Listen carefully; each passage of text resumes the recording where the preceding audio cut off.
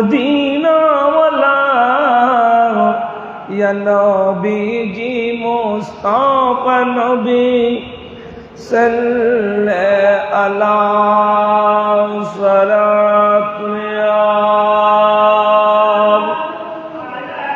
अलैकुम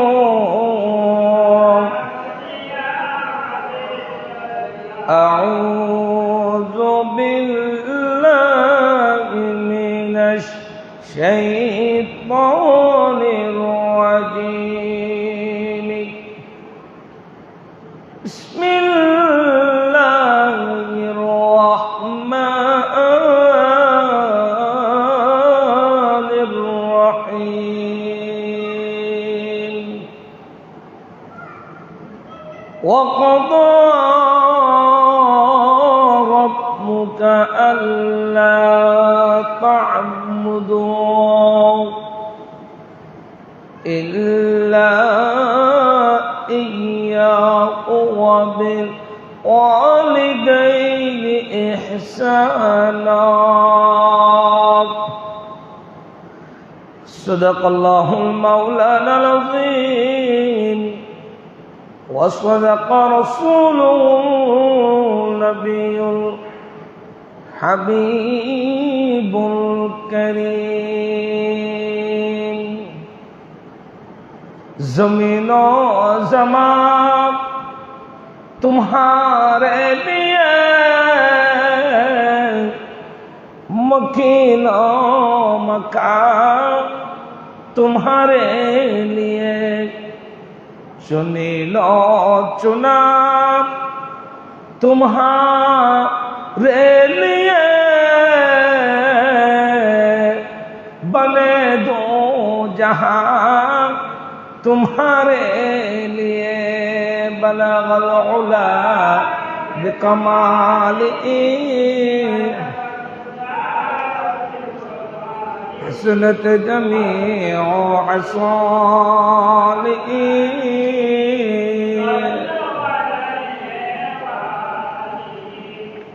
अल्हम्दुलिल्लाह उपस्थित অত্র এলাকার ঐতিহ্যবাহী হাজী আমানা খাতুন জামে মসজিদে জিলহজ মাসের তৃতীয় জুমার নামাজ আদায়ের লক্ষ্যে অত্র এলাকার সম্মানিত মুসল্লিন কেরাম মুরব্বী নিজাম তরুণ নওজওয়ান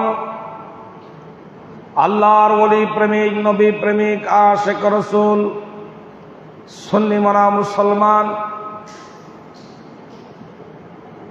দূর দূরান্ত থেকে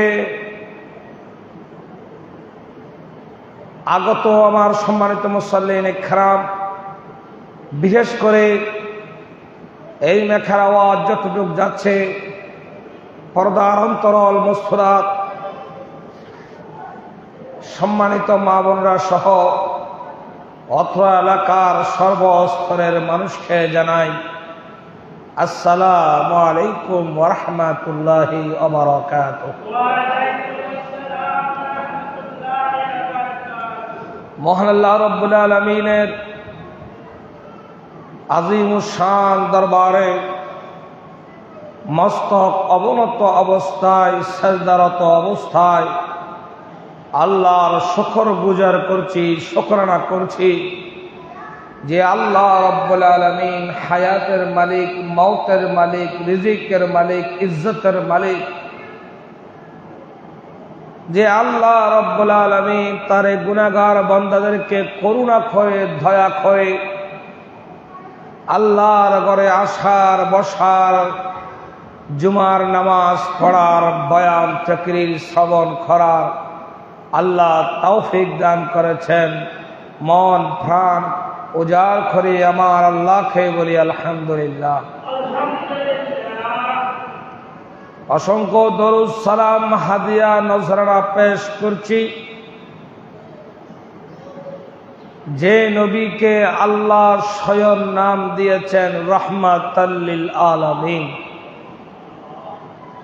যাকে আল্লাহ কুল কায়নাতের বাদশা বানিয়েছেন, আমার নবী আপনার নবী মুহাম্মাদুর রাসূলুল্লাহ সাল্লাল্লাহু আলাইহি ওয়াসাল্লামের নূরানি রওজা পাকে আল্লাহ সুবহানাহু তাআলা আমাদের দরুদ সালাম কানা সোনার মদিনায় পৌঁছে দিক। সকলে বলি আমিন। প্রিয় হাজিরিন, সম্মানিত মুসাল্লিন কেরাম, আমি খুতবার শুরুতে একখানা আয়াতে কারিমা তেলাওয়াত করেছি, যে আয়াতে কারিমা সূরাতুল বনি ইসরাঈলের 23 নম্বর আয়াতের মধ্যে আমার আল্লাহ রাব্বুল আলামিন ইরশাদ করে বলেন, ওয়াকাদা রাব্বুকা আল্লা তা'বুদু ইল্লা ইয়্যা ওয়া বিল ওয়ালিদাইনি ইহসানা।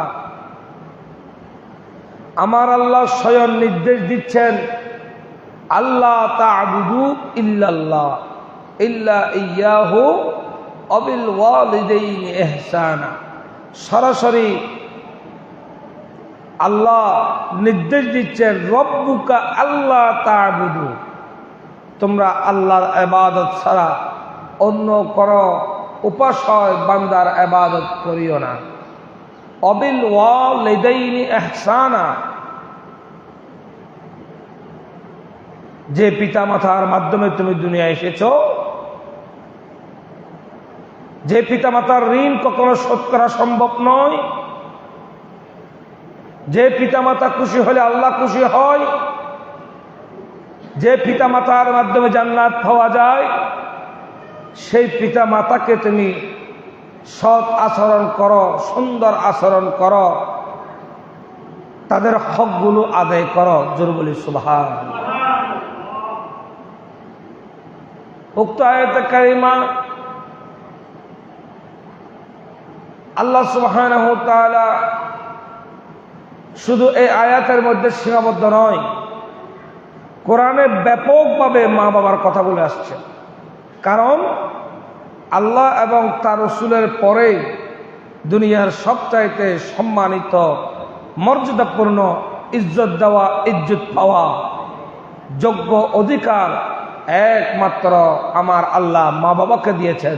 জোরে বলি সুবহানাল্লাহ। সেই মা বাবাকে কেমনে ভালোবাসবেন, কেমনে মহব্বত করবেন, দায়িত্ব কি, কর্তব্য কি, পাবেন কি, নিয়ামত দিবে কি, আমার আল্লাহ কোরআন কারিমে প্রতিটা ক্ষেত্রে এই বিষয়গুলো বর্ণনা করেছেন। আল্লাহর হাবিব কুল কায়নাতের বাদশাহ, দুজাহানের বাদশাহ নবী মুহাম্মাদুর রাসূলুল্লাহ সাল্লাল্লাহু আলাইহি ওয়াসাল্লাম সেই মা বাবার হকগুলো কি হবে তা কোরআনের আলোকে আল্লাহ সুবহানাহু ওয়া তাআলা বয়ান তাকরীর করেছেন। উচ্চ সুরে বলি সুবহানাল্লাহ। পিতামাতার পরিচয় হলো আপনি যাদের মাধ্যমে দুনিয়া এসেছেন। যে পিতামাতা না হলে সন্তান দুনিয়ার মুখ দেখা সম্ভব নয়। যে পিতামাতার ব্যাপারে আল্লাহ সুবহানাহু ওয়া তাআলা কোরআন কারিমে অধিক জায়গায় মা বাবার কথাগুলো বলেছেন। শুধু তাই নয়, আল্লাহ সুবহানাহু ওয়া তাআলা বলেন, ইম্মা ইয়াবলুগান্না ইনদাকাল কিবারা আহাদুহুমা আও কিলাহুমা ফালা তাকুল লাহুমা উফিন ওয়ালা তানহারহুমা ওয়া কুল লাহুমা কওলান কারীমা। তাদের সাথে এমন আচরণ করো যাতে উফ শব্দ তাদের জবান থেকে, অন্তর থেকে বের না হয়। সুবহানাল্লাহ বলেন। আমার রাসূল সাল্লাল্লাহু আলাইহি ওয়াসাল্লাম সেজন্য বলেছেন, হুমা জান্নাতুকা ওয়া নারুকা। পিতামাতা হলো তোমার জান্নাত এবং তোমার জাহান্নাম। তুমি চাইলে জান্নাত নিতে পারো, তুমি চাইলে জাহান্নামও নিতে পারো। পৃথিবীতে কোন সন্তান মায়ের দুধের ঋণ শোধ করতে পারে না। পৃথিবীতে কোন সন্তান বাবার ঋণ শোধ করতে পারে না। পৃথিবীর কোন সন্তান এ কথা বলতে পারবে না, মা আমি তোমার ঋণ শোধ করে দিয়েছি, বাবা আমি তোমার ঋণ শোধ করে দিয়েছি। আমার আল্লাহ বরং সেটা বলেন, আই উম্মত, নবীর উম্মত শোনো, কিয়ামত পর্যন্ত যদি সুখ শান্তি আরাম পেতে চাও, মা বাবার কৃতজ্ঞ সন্তান হও। যদি তুমি আল্লাহর নৈকট্য পেতে চাও, রাসূলুল্লাহর মহব্বত পেতে চাও, প্রিয় উম্মত হতে চাও, তাহলে তোমরা বেশি বেশি পরিমাণ মা বাবার খেদমত করো। সুবহানাল্লাহ বলেন না? সেজন্য আমার আল্লাহ কুরআনুল কারীমে ইরশাদ করে বলেন, ওয়াকাদা রাব্বুকা আল্লা তা'বুদু ইল্লা ইয়্যাহু ওয়া বিল ওয়ালিদাইনি ইহসানা।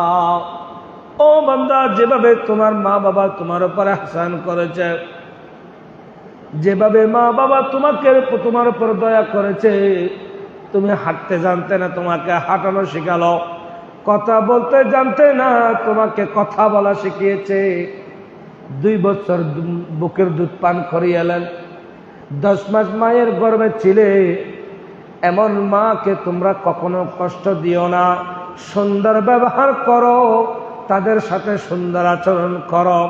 শুধু তাই নয়, উফি ওয়ালা তানহারহুমা ওয়া কুল লাহুমা কওলান কারীমা।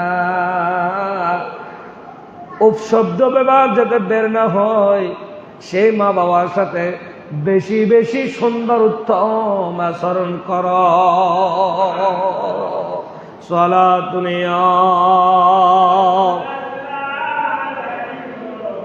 সালামুন ইয়া হাবিবাল মুহাম্মদ মুস্তাফা জানে खुदा को खुदा जाने मोहम्मद मुस्तफा को सलातुनिया सलामुनिया हबीबल या रसूलल्लाह उन्जुर हलना या हबीबल्लाह इस्मा क़ालना सलातुनिया सलामुनिया हबीबल। আল্লাহর পরে যার হক সবচাইতে বেশি, তিনি হলেন প্রত্যেকের আপন পিতামাতা। সুবহানাল্লাহ বলেন। আল্লাহ এবং তার রাসূলের পরে সবচাইতে আপনার হকদার ব্যক্তিকে আল্লাহ নিজে কোরআনে ঘোষণা দিচ্ছেন, সবচাইতে হকদার ব্যক্তি হলো আপনার মা বাবা।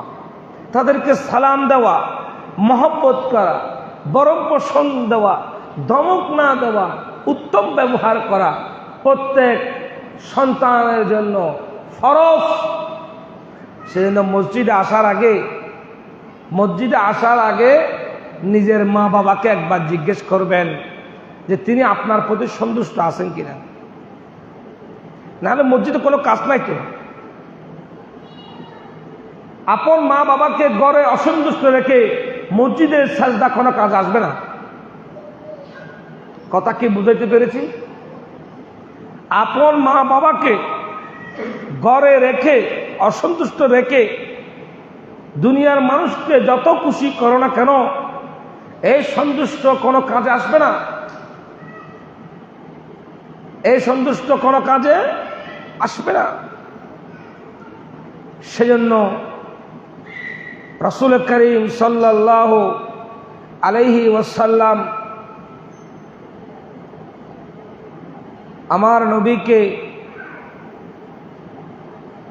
একজন সাহাবী জিজ্ঞেস করলেন, ইয়া রাসূলুল্লাহ, আমার সবচাইতে সুন্দর ব্যবহারের